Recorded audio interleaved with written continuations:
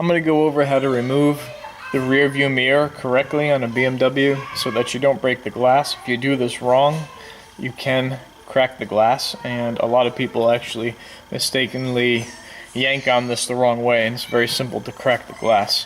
Be replacing this if the electrochromatic section is failing.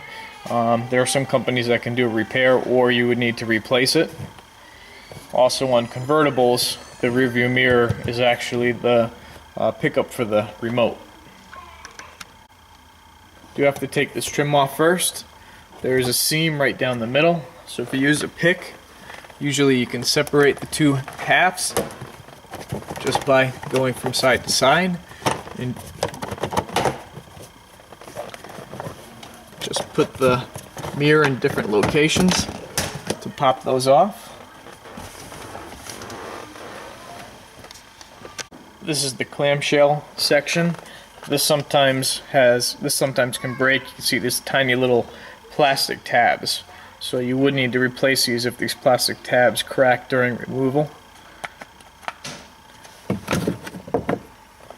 Okay, for the mirror itself, this is the rain light sensor right here, and this is the mirror. There is a wire that goes kind of up this way. And then you can see here's the wiring right here. Oh, you can't see, can you? Maybe like that. This is the connector right here. It does have a push tab.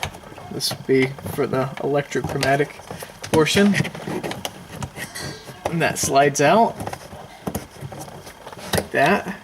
So that separates. That actually sits right in there, and the rain light sensor is actually a separate wire. Now to remove this, you don't pull towards you or anything like that. You very simply twist to the side. Alright, now I'm turning it to the side. Twist to unlock, and it's off. It's actually held on by these springs right in here,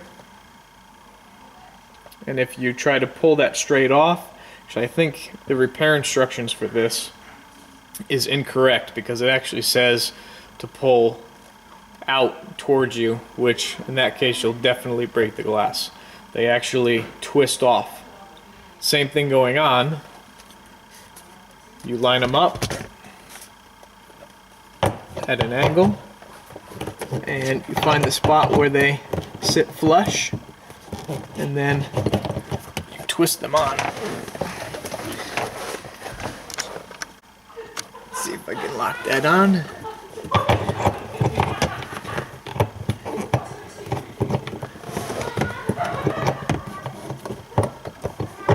There it goes. You can see how easy this is. You also have to get the mirror in the right position.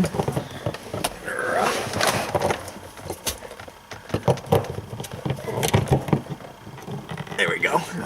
And twist.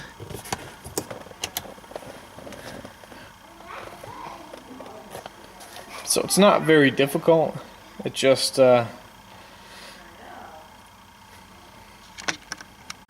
getting it in the right spot to lock it on. Now while I'm here, I might as well go over removing and replacing the rain light sensor. So I'm going to unlock this again. I don't think I had it fully clipped because it came off kind of funny. Removing the rain light sensor. Now some of them actually have a slider that just slides up to release. This early E46 is a little different. They have a tab on each side, and they actually pop out to unlock. And then same thing on the other side.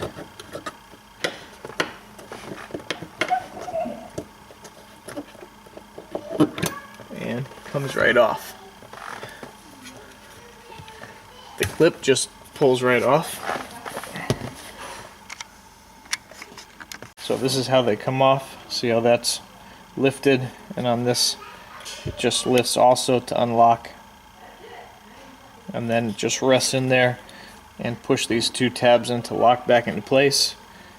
On other versions there's a tab that slides up and they push up from the bottom, I believe, and they just pop out a little bit and that unlocks it. That's on later models. Alright, going back together, what I'm going to do is plug it in first. That way I don't have to worry about it falling. Line it up and just slide these in to lock it into place. Very simple. The rain light sensor does need to be calibrated when it is replaced. Let me put the rearview mirror on now. Again, you have to line it up at an angle, get it to sit flush, and then with it flush, twist it to lock.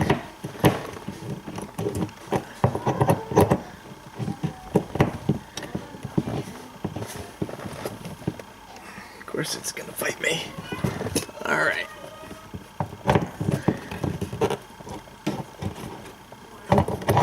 Didn't get it.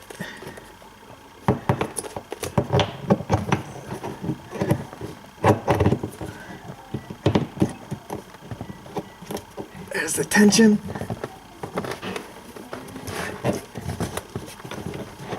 There we go. Alright. I can give it a little wiggle to make sure it's secure. Just don't pull it too hard because you will crack the glass. Remember to plug in the connector. Okay, connector's right here.